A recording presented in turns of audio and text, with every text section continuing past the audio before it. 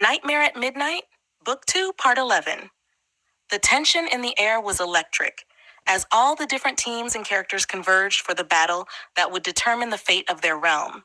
Midnight, with their new allies Wolfie and Ben, stood ready to defend their world against the impending alien invasion led by Dee Dee and Officer John.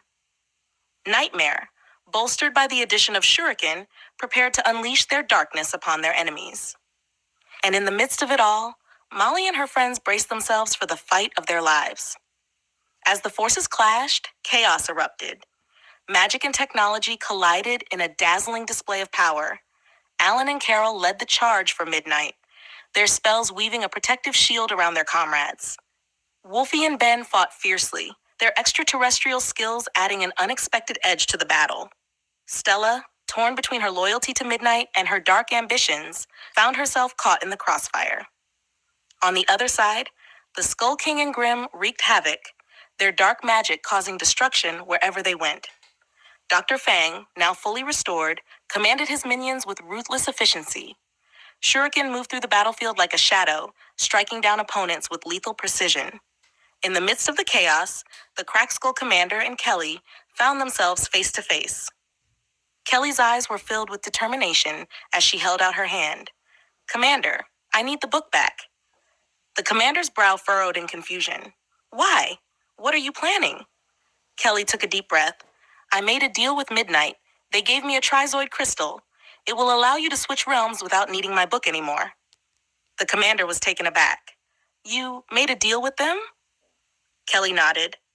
"I did it to help you, to give you a chance to escape all this. You don't need the book to move between realms now. Take the crystal and go." She paused, then added softly, "This crystal breaks the realm's views and social class laws. You're free of me and our relationship. You have no legal or romantic obligation to see me anymore." Her voice quivered slightly as she continued, "But I still want us to be together." The commander's thoughts swirled with conflicting emotions. He took the crystal from Kelly, his eyes searching hers for any hint of deceit. Finding none, he nodded. "Thank you, Kelly. I didn't expect this." Before he could say more, the battle intensified around them. Kelly turned and joined the fray, her heart heavy but resolute. The commander, clutching the trizoid crystal, knew he had a decision to make. He stepped closer to Kelly, his voice low. "Before I go, there's one more thing." Without waiting for a response, he leaned in and kissed her.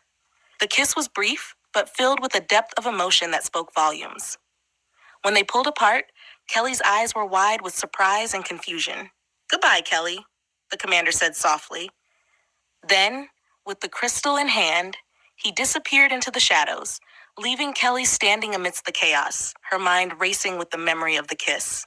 As the battle raged on, it became clear that this was not the end. Despite the victory, there was a sad realization that the conflict would never truly be over, not until all the truths and secrets about the realm were uncovered.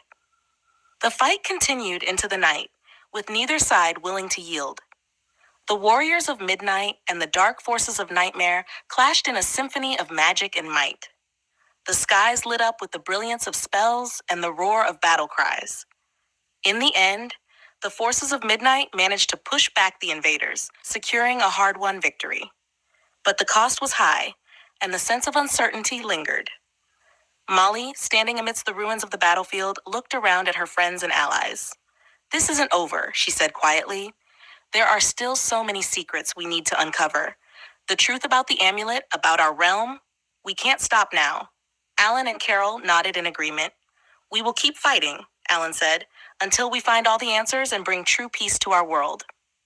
As the sun began to rise, casting a golden light over the battlefield, the teams gathered their wounded and began to regroup. The battle had been fierce, but the resolve of Midnight had only grown stronger. Meanwhile, the Crack Skull Commander, clutching the trizoid crystal, disappeared into the shadows. His thoughts were conflicted, but one thing was clear. The fight was far from over, and his role in the unfolding saga was yet to be determined.